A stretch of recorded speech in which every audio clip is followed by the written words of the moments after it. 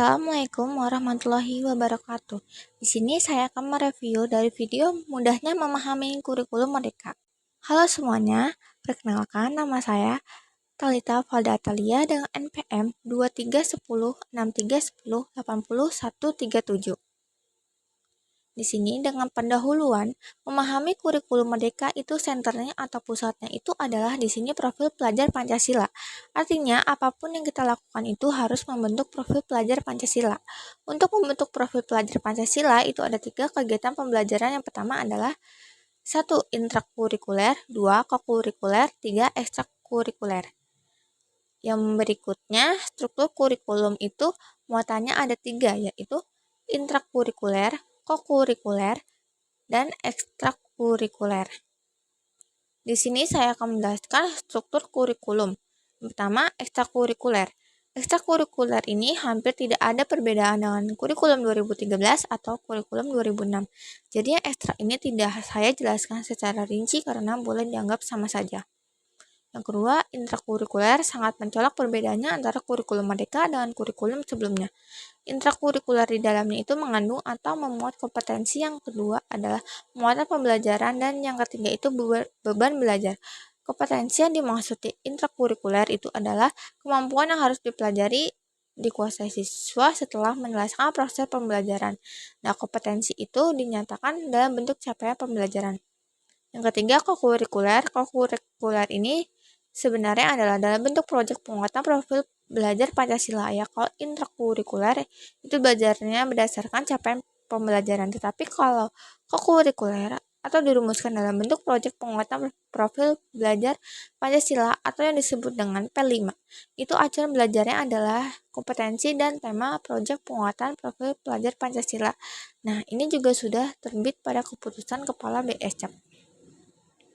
Berikutnya yaitu untuk mengembangkan SP, ada panduannya juga namanya panduan pengembangan kurikulum satuan pendidikan. Jadi bila kita mempelajari kurikulum Merdeka tidak lepas dari panduan-panduan dan regulasi yang ada pada apa yang kita pegang. Pertama ini tentu Permendikbud nomor 12 tahun 2024. Berikutnya ada 3 komponen. Yang pertama, tujuan pembelajaran. Yang kedua, langkah-langkah pembelajaran. 3, asesmen atau penilaian. Struktur kurikulum yang muatannya ada 3 ini, intrakurikuler, kokurikuler, dan ekstrakurikuler. Ini nanti harus dimuat dalam KSP. Ya, KSP itu kurikulum satuan pendidikan. Kalau dulu namanya kurikulum operasional satuan pendidikan. Sekarang istilah yang bakunya itu bukan kurikulum operasional tetapi kurikulum satuan pendidikan. Nah, untuk mengembangkan KSP ada panduannya juga namanya panduan pengembangan kurikulum satuan pendidikan. Jadi bila kita mempelajari kurikulum Merdeka tidak lepas dari panduan-panduan dan regulasi. Yang berikutnya ada panduan pengembangan kurikulum operasional satuan pendidikan. Di panduan ini masih yang lama, nanti kemungkinan besar nanti akan muncul yang baru karena panduan ini sudah tidak relevan lagi dengan Permendikbudristek yang baru. Nah, panduan apa lagi ini? Panduan penguatan profil pelajar Pancasila atau saya singkat P7.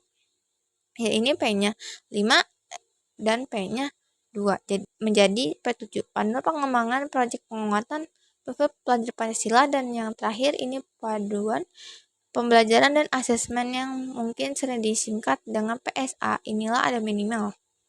Minimalnya itu ada 3 regulasi, Permendikbud, 2 keputusan Kepala BSAP tentang CP, 3 keputusan Kepala BKAP tentang tema dan kompetensi P5. Panduan pengembangan proyek P5, nah panduan pembelajaran dan asesmen yang mendasari kurikulum itu adalah standar ada 4. Standar yang perlu dipelajari yaitu standar kompetensi, lulusan standar, isi standar, proses, dan standar penilaian. Itu yang mendasari sebenarnya kurikulum Merdeka itu sudah berubah. Semua diterbitkan pada tahun 2022. Sekian mungkin itu saja. Terima kasih.